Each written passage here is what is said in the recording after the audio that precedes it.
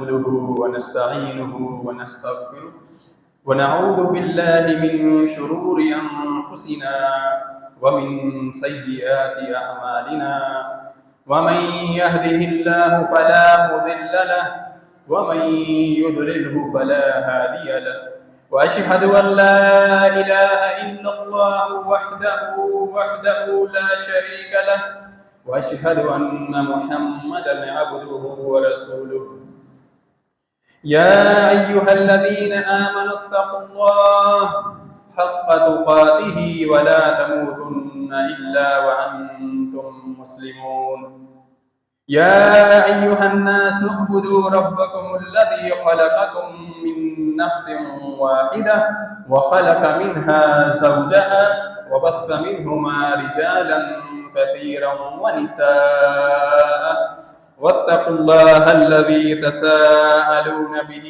والأرحام إن الله كان عليكم رقيبا يا أيها الذين آمنوا اتقوا الله وقولوا قولا سديدا يصلح لكم أعمالكم ويغفر لكم ذنوبكم ومن يطع الله ورسوله فقد فاز فوزا عظيما أما بعد إن خير الحديث كتاب الله وخير الهدي هدي محمد صلى الله عليه وسلم وشر الأمور محدثاتها وكل محدثة بدعة وكل بدعة ضلالة وكل ضلالة في النار أما بعد قال الله تعالى هو الذي خلقكم فمنكم كافر ومنكم مؤمن والله بما تعملون بصير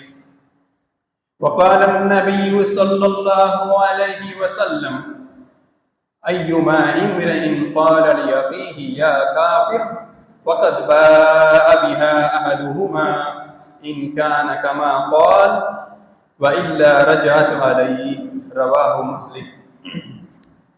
ہر قسم کی حمد و ثنا اللہ سبحانہ و تعالیٰ کے لیے ہے کہ جس کے سوا کوئی معبود برحق نہیں، اور ان گن لا تعداد درود و سلام ہو ہمارے پیارے نبی صلی اللہ علیہ وسلم کی ذات گرامی پر۔ سامعین محترم، الحمدللہ اللہ کے فضل و کرم سے پچھلے کچھ خطبات میں ہم نے توحید کے حوالے سے بات کی تھی کہ توحید کسے کہتے ہیں، توحید کا معنی کیا ہے، توحید کا مفہوم کیا ہے، توحید کی اقسام کیا ہیں، اور اسی طرح الحمدللہ شرک کے بارے میں بھی بیان کر چکے ہیں کہ شرک کسے کہتے ہیں، شرک کیا ہے، شرک کی مختلف صورتیں جو بیان کی وہ کیا ہیں، جیسا کہ غیر اللہ کو پکارنا، غیر اللہ سے مدد مانگنا، ان کے لیے عبادات صرف کرنا، قربانیاں کرنا، نذر و نیاز کرنا غیر اللہ کے لیے، یہ صورتیں شرک اکبر کی صورتیں ہیں۔ اور اسی طرح اور بھی صورتیں ہیں، غیر اللہ کی قسم اٹھانا یہ بھی شرک میں سے ہے، تعویذ پہننا یہ بھی شرک میں سے ہے۔ تو ہوتا یہ ہے کہ جب ہم یہ سیکھتے ہیں، پڑھتے ہیں، جانتے ہیں کہ شرک کرنے والا ایک بندہ جو ہے اگر وہ مسلمان ہے تو وہ دار اسلام سے خارج ہو جاتا ہے، وہ کافر ہو جاتا ہے، کیونکہ شرک اکبر ایسی چیز ہے کہ وہ انسان کو دار اسلام سے خارج کر دیتی ہے اور وہ مرتد ہو جاتا ہے، اس کے لیے پھر جنت حرام ہو جاتی ہے، وہ ہمیشہ ہمیشہ جہنم میں رہے گا، کبھی جنت میں نہیں جا سکتا۔ اور اگر دنیا میں ہے، اگر وہ مسلمان ہے، اس کی بیوی اس کے اوپر حرام ہو جاتی ہے، کیونکہ ایسا شخص مرتد ہو چکا ہے۔ اور اگر وہ مر جاتا ہے تو اولاد اس کی وارث نہیں بن سکتی، اور اگر کوئی بیٹا مسلمان مر جائے تو وہ اس بیٹے کا وارث نہیں بن سکتا، کیونکہ وہ دار اسلام سے خارج ہو چکا ہے۔ اور اگر مر جائے گا تو ایسے شخص کا جنازہ نہیں پڑھا جائے گا، بلکہ اسے گڑھا کھود کے کہیں دور جنگل میں کہیں پھینک دیا جائے، یا جنگل میں گڑھا کھود کے پھینک دیا جائے یا دفن کر دیا جائے۔ مسلمان کے قبرستان میں اس کو جگہ نہیں ملے گی۔ کون شخص؟ جو شخص دار اسلام سے خارج ہو جاتا ہے، مرتد ہو جاتا ہے، کافر ہو جاتا ہے، اس کی یہ سزائیں ہیں۔ لیکن اس میں ایک چیز یاد رکھنے کی ہے، وہ بہت اہم چیز ہے۔ ایک ہوتا ہے ہم کسی کا نام لیے بغیر کہتے ہیں کہ فلاں شخص، ایسا شخص جو بھی غیر اللہ کو پکارتا ہے، اس کی عبادت کرتا ہے تو وہ شخص مشرک ہے، کافر ہے۔ ہم نام نہیں لے رہے کسی کا، بغیر نام لیے ہم حکم لگاتے ہیں کہ جو بھی غیر اللہ کی عبادت کرتا ہے وہ مشرک ہے، وہ کافر ہے۔ لیکن اگر کسی شخص کا نام آ جائے، متعین کر دیا جائے کہ فلاں شخص ہے، اس کا نام زید ہے، خالد ہے، اس شخص نے غیر اللہ کی عبادت کی ہے، اس نے کہا یا علی مدد، اس نے کہا یا رسول اللہ مدد، یا اس نے کسی غیر اللہ کے نام پہ جانور ذبح کر دیا ہے، کسی غیر اللہ کے لیے نظر و نیاز کر دی ہے، اب اس کا کیا حکم ہے؟ کیا ہم نام لے کے اس بندے کو کافر کہہ سکتے ہیں؟ تو میرے بھائیوں، یہ بڑا سنگین معاملہ ہے۔ کسی متعین شخص کے اوپر ہم فتویٰ نہیں لگائیں گے، ہم یہ کہیں گے کہ جو بندہ یہ شرک کرے گا وہ مشرک ہے، لیکن اس شخص سے عمل ہو رہا ہے، اس کے اوپر فتویٰ لگانا ہمارا کام نہیں ہے۔ اس میں بہت ہی احتیاط کی ضرورت ہے۔ جیسا کہ حدیث بیان کی، صحیح مسلم کی روایت ہے، نبی کریم صلی اللہ علیہ وسلم ارشاد فرماتے ہیں کہ جب بھی کوئی شخص کسی مسلمان کو کہتا ہے اے کافر، یعنی اس نے کسی مسلمان کو کہا اے کافر، تو کیا ہوتا ہے؟ اگر اس نے کفر کا حکم لگایا ہے اس شخص کے اوپر، تو یہ دونوں میں سے ایک پہ ضرور واقع ہو جاتا ہے۔ اب دونوں میں سے ایک بندہ کافر ہو جائے، یا تو اگر واقعی وہ شخص مستحق ہے اس بات کا، اس کلمے کا، تو ایک کلمہ اس پہ جائے گا، وہ کافر قرار پائے گا، اور اگر وہ مستحق نہیں ہوا تو یہ کلمہ لوٹ کر واپس کہنے والے کے اوپر آتا ہے اور وہ بندہ کافر ہو جاتا ہے۔ یعنی آپ اندازہ لگائیں کتنا سنگین مسئلہ ہے کہ کسی مسلمان کو کوئی بندہ کافر کہتا ہے، اور اگر وہ کافر نہیں ہے تو کہنے والا خود کافر ہو جاتا ہے۔ تو اس لیے اس مسئلے میں بہت احتیاط کی ضرورت ہے۔ اسے کہتے ہیں فتنہ تکفیر، یعنی ایک فتنہ ہے، یہ آزمائش ہے، امتحان ہے۔ کہ تکفیر کا مطلب ہے کسی کے اوپر کفر کا حکم لگانا، کسی کو کہنا تم کافر ہو چکے ہو، تو یہ ہمارا آپ کا کام نہیں ہے۔ ہم صرف یہ تو بتا سکتے ہیں کہ یہ جو عمل ہو رہا ہے یہ شرک ہے، یہ عمل کفر ہے، یہ عمل دار اسلام سے خارج کر دیتا ہے، لیکن جس نے یہ عمل کیا ہے اس کے اوپر حکم لگانا ہمارا کام نہیں ہے۔ یہ شرعی قاضی ہوتے ہیں یا بڑے علماء ہوتے ہیں، وہ اس کے اوپر حجت تمام کرتے ہیں، پہلے اس کو سمجھاتے ہیں، اس کو بتاتے ہیں، اس کی جہالت کو دور کرتے ہیں، ان کے شبہات کو دور کیا جاتا ہے، پھر اس کے اوپر حجت تمام ہوتی ہے۔ اس کی مثال، بہترین مثال ہے، آج بھی سعودی عربیہ میں کیا ہوتا ہے، اگر کسی شخص کے خلاف یہ رپورٹ درج ہوتی ہے کہ اس شخص نے شرک کیا ہے یا کفر کیا ہے، تو اس شخص کو گرفتار کیا جاتا ہے اور پھر اس کو پیش کیا جاتا ہے۔ 3 قاضی ہوتے ہیں، 3 جج ہوتے ہیں، علماء ہوتے ہیں، ان کے سامنے اس کو پیش کیا جاتا ہے اور بتایا جاتا ہے کہ اس شخص نے یہ جملہ کہا ہے، یہ کفر کیا ہے، یہ شرک کیا ہے۔ وہ قاضی، وہ علماء اس سے سوال کرتے ہیں، تفتیش کرتے ہیں، کیا واقعی آپ نے یہ کہا ہے؟ اگر وہ شخص اقرار کرتا ہے تو اس کے سامنے دلائل رکھے جاتے ہیں، اس کو بتایا جاتا ہے یہ جو آپ کا عمل ہے یہ شرک ہے، یہ کفر ہے، اگر اس پہ باقی رہو گے تو مرتد ہو جاؤ گے، تمہیں قتل کر دیا جائے گا، اس لیے تم اس سے توبہ کرو۔ اور اگر اس کے کوئی شبہات ہوتے ہیں، غلط فہمیاں ہوتی ہیں، وہ بھی علماء دور کرتے ہیں، کوئی بھی اعتراض ہوتا ہے اس کا دور کیا جاتا ہے۔ اب بھی اگر اعتراض دور کرنے کے باوجود وہ شخص اس کفر پہ، اس شرک پہ ڈٹ جاتا ہے، توبہ نہیں کرتا، یہ تینوں قاضی فیصلہ لکھ کر دے دیتے ہیں کہ اس شخص سے کفر ہو رہا ہے اور یہ توبہ نہیں کر رہا، اس لیے اس شخص کو جو ہے مرتد قرار دے کر قتل کر دیا جائے۔ اب اس کے بعد کچھ دنوں کے بعد اسے پھر دوبارہ اگلی کمیٹی میں پیش کیا جاتا ہے۔ اس کمیٹی کے اندر جو ہے 5 جج ہوتے ہیں، 5 قاضی ہوتے ہیں، ان کے سامنے پھر دوبارہ اس کا کیس آتا ہے اور وہ دوبارہ اسے تفتیش کرتے ہیں۔ اگر یہ شخص اس کفر کا اقرار کرتا ہے اس کو دوبارہ سمجھاتے ہیں، نصیحت کرتے ہیں، کوئی شبہات ہیں، غلط فہمیاں ہیں، وہ دور کرتے ہیں، اور اگر پھر بھی یہ شخص اسی پہ قائم رہتا ہے، یہ 5 جج بھی لکھ کے دے دیتے ہیں کہ یہ شخص مشرک ہو چکا ہے، کافر ہو چکا ہے، مرتد ہو چکا ہے، اور پھر اس کے بعد اس کا فیصلہ اگلی کمیٹی میں پیش ہوتا ہے۔ اس میں 6 علماء ہوتے ہیں، 6 قاضی ہوتے ہیں، وہ دوبارہ اس کا کیس سنتے ہیں، اور اگر اس کو کوئی غلط فہمی ہوتی ہے، شبہات ہوتے ہیں، تو اس کے دور کرتے ہیں دوبارہ سے۔ اب اگر یہ شخص، یعنی اب تک کتنے قاضی ہو چکے ہیں؟ 14، ان 14 ججوں کے سامنے پیش ہونے کے باوجود یہ شخص اپنے کفر پر، شرک پر ڈٹا ہوا ہے، توبہ نہیں کرتا، اس کے سارے شبہات دور کر دیے گئے ہیں، تو پھر اگر سب 14 کے 14 جج اس پہ متفق ہو جائیں کہ یہ شخص واقعی مشرک ہو چکا ہے، کافر ہو چکا ہے اور دار اسلام سے خارج ہو چکا ہے، جب تک 14 جج متفق نہیں ہوتے اس وقت تک اس کے اوپر کفر کا حکم نہیں لگتا، اس وقت تک اس کا سر قلم نہیں کیا جاتا۔ اگر ایک جج بھی مخالفت کر دیتا ہے تو یہ اس کے اوپر حد نافذ نہیں ہوتی، کیوں؟ ایک نے مخالفت کر دی ہے اور وہ ثبوت مہیا کرتا ہے، وہ ثابت کرتا ہے کہ میرا فیصلہ میں نے یہ کیوں کیا ہے، اس کے پاس کوئی تعبیر ہو سکتی ہے، کوئی عذر ہو سکتا ہے جس کی وجہ سے وہ یہ کفریہ کلمہ کہہ رہا ہے یا اس کو سمجھ نہیں آ رہی۔ اگر ایک بھی جج مخالفت کرتا ہے تو اس شخص کے اوپر مرتد کا حکم نہیں لگتا اور اسے قتل نہیں کیا جاتا جب تک کہ 14 کے 14 متفق نہیں ہو جاتے۔ اب 14 کے 14 جج قاضی متفق ہو گئے، یہ شخص مرتد ہو چکا ہے، اسے قتل کیا جائے، پھر اس کے بعد سزا کون دیتا ہے؟ حکمران وقت، حکومت سزا دے گی اس کو سزا دینا میرا آپ کا کام نہیں ہے اور نہ ہی قاضی اس کو سزا دے سکتا ہے۔ قاضی کا کام ہے فیصلہ سنا دینا، حکم جاری کر دینا، سزا دینا حاکم وقت کا کام ہے۔ حاکم اس شخص کے اوپر حد قائم کرتا ہے، اس کی گردن الگ کر دی جاتی ہے، قتل کر دیا جاتا ہے، یہ شخص واقعی مرتد ہو چکا ہے۔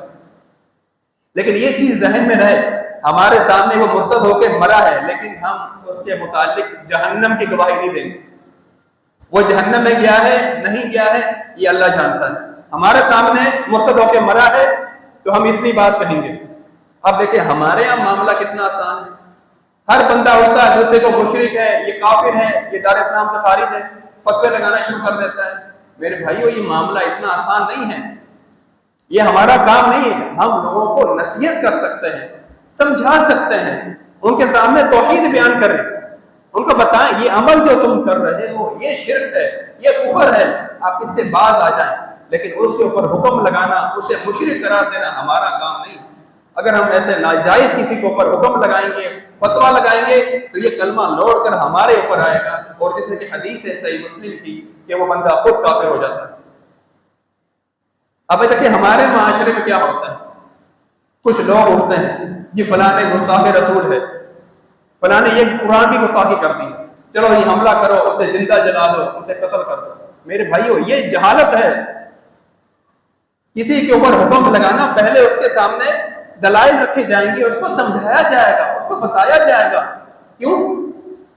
کفر کا حکم لگانے کے لیے شرطوں کا پایا جانا ضروری ہے، جیسے ہم نماز پڑھتے ہیں نا تو اس کی شرطیں ہیں، وضو کرتے ہیں اس کی شرائط ہیں، تو کفر کا حکم لگانے کے لیے بھی شرائط کا پایا جانا ضروری ہے، یہ ہمارا کام ہی نہیں ہے۔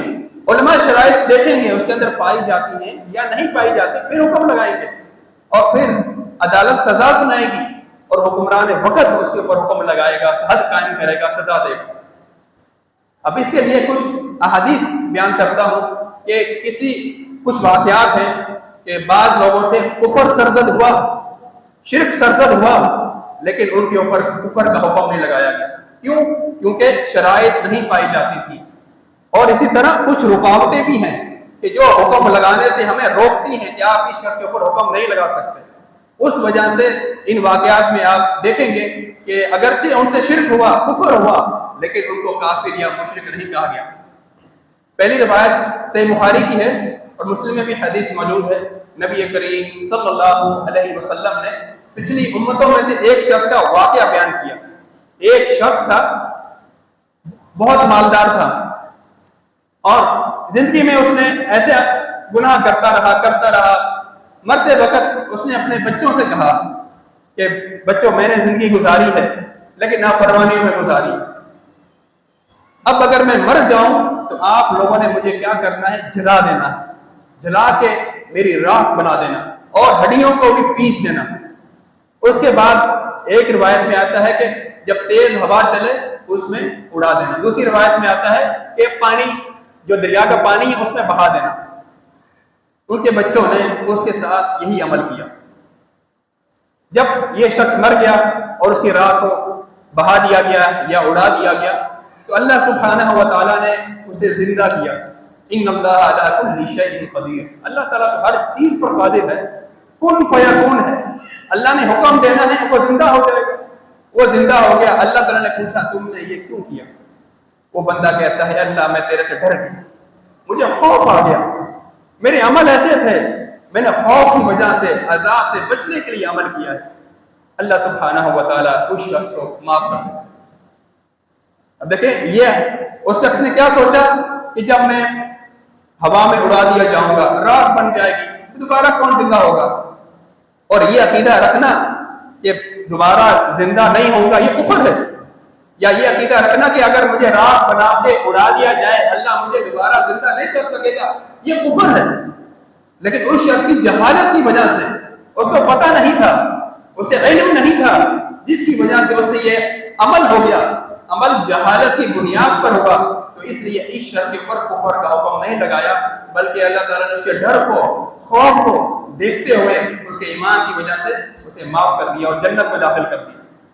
تو میرے بھائیو جہالت جو ہوتی ہے یہ عذر ہے، اس لیے ہمارے معاشرے میں جہالت عام ہے۔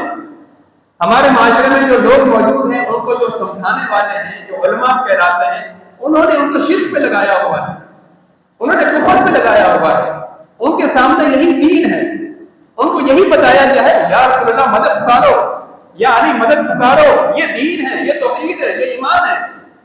وہ شبہات کا شکار ہیں، تو ہمارا کام ان کے اوپر حکم لگانا نہیں ہے، ہم نے ان کو سمجھانا ہے، ان کو نصیحت کرنی ہے، تاکہ ان کو علم آئے، وہ اس برائی سے، اس شرک سے، اس کفر سے توبہ کر لیں۔ اگر ہم نے ان پہ فتوے لگانا شروع کر دیے تو میرے بھائیوں اگر آپ ایک شخص کو جا کے کہتے ہیں اے کافر، اے مشرک، تو وہ ہماری بات سنے گا؟ کبھی نہیں سنے گا۔ اس لیے آپ اس کے عمل کو تو شرک کہیں کہ عمل جو کیا جا رہا ہے یہ شرک ہے، یہ کفر ہے، آپ اس سے توبہ کرو، لیکن اس کے اوپر فتویٰ نہ لگائیں۔ ایک اور حدیث ہے، نبی کریم صلی اللہ علیہ وسلم ایک دفعہ ایک گھر میں گئے، شادی کا موقع تھا، تو بچیاں دف بجا رہی تھی، اور شادی کے موقع پہ دف بجانا جائز ہے، ڈھول بجانا جائز نہیں ہے، لیکن دف کی شریعت میں اجازت ہے، اور اس میں وہ کچھ مختلف قسم کے اشعار پڑھ رہی تھی۔ تو پھر جب نبی کریم صلی اللہ علیہ وسلم تشریف لائے تو ایک بچی نے ایسے اشعار کہے، اس نے کہا فینا نبی، کہ ہمارے اندر ایک ایسا نبی موجود ہے، یعلم ما فی غد، کہ اسے وہ بھی پتا ہوتا ہے کل کیا ہونے والا ہے۔ ایک بچی نے اشعار کہے دم بجاتے ہوئے خوشی میں آ کے، تو نبی کریم صلی اللہ علیہ وسلم نے فوراً اس کو روک دیا کہ یہ بات نہ کہو، کیوں؟ کل کے بارے میں جو کچھ ہونے والا ہے کون جانتا ہے؟ صرف اللہ سبحانہ و تعالیٰ جانتا ہے۔ اللہ تعالیٰ عالم الغیب ہے، اللہ تعالیٰ وحی کے ذریعے تو اپنے انبیاء کو بتا سکتا ہے، لیکن کوئی خود سے نہیں جان سکتا کل کیا ہونے والا ہے، یہ اللہ تعالیٰ کا خاصہ ہے، اللہ تعالیٰ کی خاصیت ہے۔ لیکن اب دیکھیں اس بچی سے کلمہ کفر زبان سے نکلا ہے، تو اس کے اوپر کافر ہونے کا حکم نہیں لگایا گیا، کیوں؟ کیونکہ اس میں رکاوٹ ہے۔ کیا رکاوٹ ہے؟ نمبر 1 وہ بچی تھی، چھوٹی بچی تھی، نمبر 2 جہالت ہے۔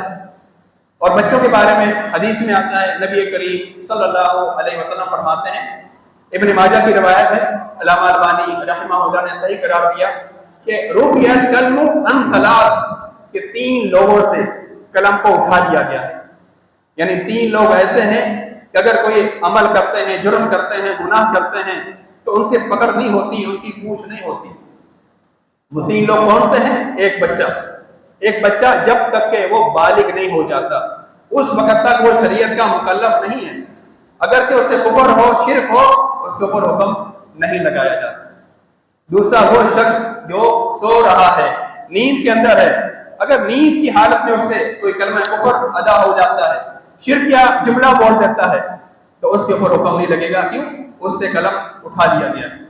اور تیسرا شخص کے بارے میں نبی علیہ السلام فرماتے ہیں کہ مجنون شخص، پاگل شخص، ایک شخص سے پاگل ہے، دماغ نہیں ہے، عقل نہیں ہے، اس سے اگر کلمہ کفر بھی ادا ہو جائے اس سے پکڑ نہیں ہوتی، اس سے پوچھ نہیں ہوتی، اس کے اوپر کافر ہونے کا حکم نہیں لگتا۔ تو میرے بھائی یہ رکاوٹیں ہیں جو ہمیں روکتی ہیں کہ ہم کسی کے اوپر حکم لگانے سے پہلے سوچیں سمجھیں کہ کسی کے اوپر ناجائز فتویٰ نہ لگا دیں۔ اسی طرح ایک اور روایت ہے، سیدنا اسامہ بن زید کے تعلق سے آتا ہے کہ ایک لشکر میں نبی علیہ الصلوۃ والسلام نے ان کو بھیجا جہاد کے لیے، قتال کے لیے۔ تو جب ان کا دشمن سے سامنا ہوا تو ایک شخص اس میں سے، کفار میں سے، وہ بڑا ہی تیز تھا، بہادر تھا، کافی سارے صحابہ کو شہید کر چکا تھا۔ سیدنا اسامہ نے دیکھا کہ یہ قابو نہیں آ رہا، خود آگے بڑھے۔ آگے بڑھ کر جب اس پہ حملہ کرنے لگے نا، اسے قتل کرنے لگے نا، اس نے کہا اشہد ان لا الہ الا اللہ واشہد ان محمد رسول اللہ۔ لیکن سیدنا اسامہ نے سوچا اب تک یہ مسلمانوں کو قتل کرتا رہا ہے، جب تلوار دیکھی ہے تو کلمہ پڑھ لیا اس نے۔ انہوں نے آسرا نہیں کیا، انہوں نے گردن کاٹ کے الگ کر دی۔ اب ایک اور صحابی دیکھ رہے تھے کہ سیدنا اسامہ نے کلمہ پڑھنے کے باوجود ایک شخص کے اوپر تلوار چلا دی۔ پھر جب یہ قافلہ واپس آیا، نبی کریم صلی اللہ علیہ وسلم کو بتلایا گیا کہ سیدنا اسامہ بن زید رضی اللہ عنہ نے یہ عمل کیا تھا۔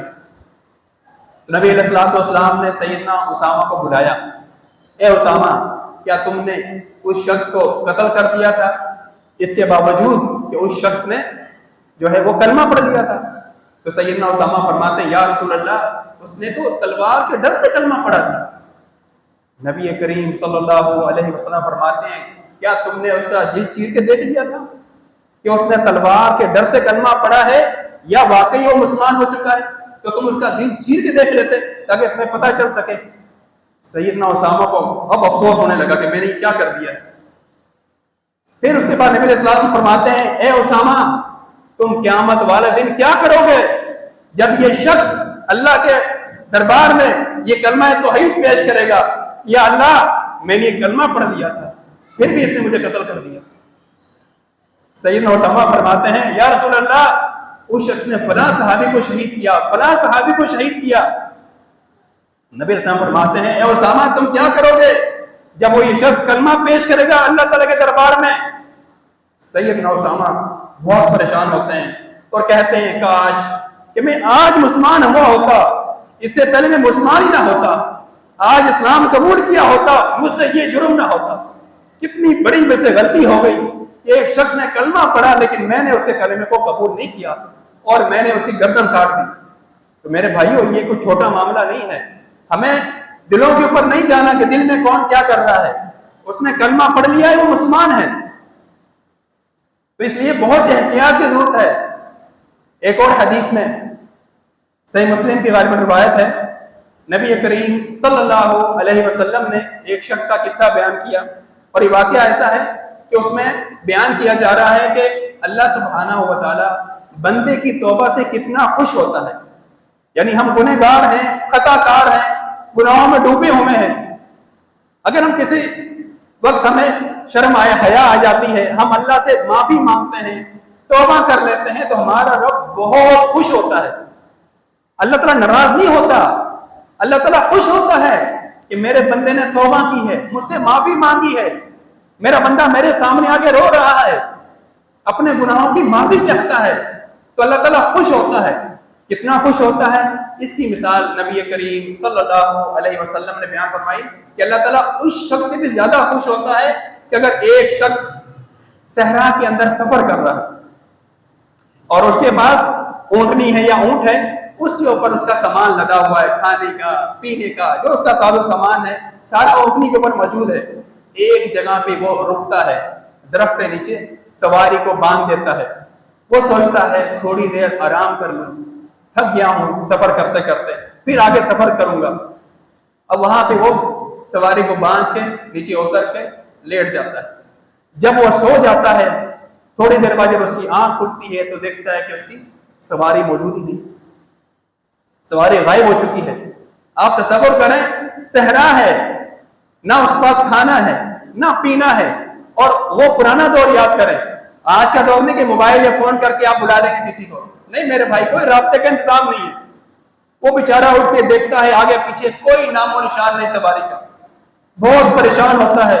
وہ سمجھتا ہے اب میں نہیں بچ سکتا، اب میری موت یقینی ہے، اب میں نے یہی مر جانا تڑپ تڑپ کر، کیونکہ صحرا کا سفر ہے، پیدل کتنا چلوں گا، اور نہ کوئی یہاں سواری ہے، نہ کھانے کا نہ پینے کا انتظام ہے۔ اسے موت یقینی نظر آ جاتی ہے، وہ تھک ہار کے بیچارہ دوبارہ